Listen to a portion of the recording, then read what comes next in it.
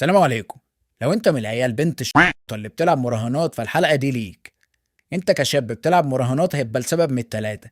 اول سبب انك عيل بتبقى عاطل بكيفك، مش فارق لك دين ولا فارق لك حاجة، بتلعب عشان تجيب فلوس من الهوا وتروح تصرفه مع البرشام وكيفك، يعني يا اما تصرفه مع بتاعتك ما انت بتبقى.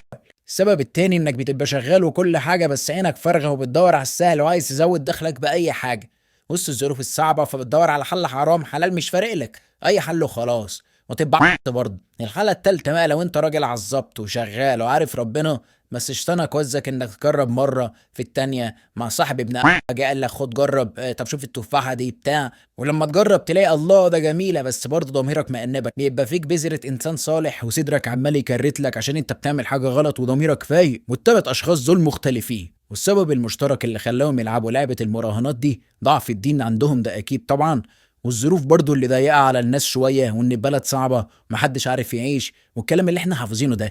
فاصحاب الشركات دي بتلعب عليك انت وعلى فقرك انك محتاج لا قرش حلال حرام هو مش فارقله، هو عايزك تلعب وخلاص، وانت بتحقق له اللي هو عايزه يدهلك عشان انت فقير وجربوع ومش لاقي تاكل، فانت بتتجه للحاجات دي لدرجة ان هو بقى اولوية عند بعض الشباب يعني يصحى يراهن ينام بيراهن، وعملوا له جروبات على التليجرام والفيسبوك وبقى بياخدوا اراء بعض، في منهم مثلا جزء بيراهن على الماتشات، بيسالوا بعض نراهن على ايه في الماتش وبتاع، واحلى حاجه لما رهنوا يبقى غلط ضفطس ضحك والله عليهم علم في السهل الفلوس اللي خسرتها ده. يعني ابوك شقيان وطالع ميتين وانت تاخد الفلوس زي العلق تصرفها في الحرام. في بقى بعض الناس اللي يجي لك من سكه ده تداول وحظ وبتاع وانت زي الدهول برضه بتصدقه، يعني ما هي نفس المنصه اخطر.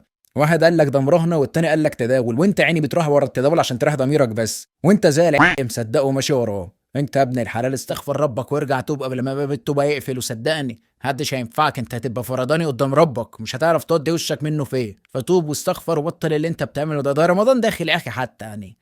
هقول ايه، ربنا يتوب عليك ويتوب علينا كلنا كده يا حبيب اخوك، لو انت راجل مظبوط ومالكش في الحوارات دي احلى تحيه ليك، عمك سيده بيهنيك، خليك مع ربك وخليك في حالك ان شاء الله ربك هيفرج على قلبه نضيف، واللي ماشي عدل هتفرج ان شاء الله. وكل سنه وانت طيب بمناسبه شهر رجب اللي هم بلغنا رمضان، كل سنه وانت طيب مقدم.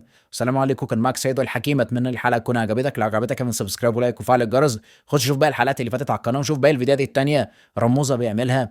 رموزه ده ابن اخويا يعني، ورموزه ابوه ما هو بيتسمي هو اسمه رموزه فاهم. خش شوف بقى الفيديوهات بتاعته، بتمنى انك بخير وكله بخير، عمك سيدة بيحبك، السلام عليكم.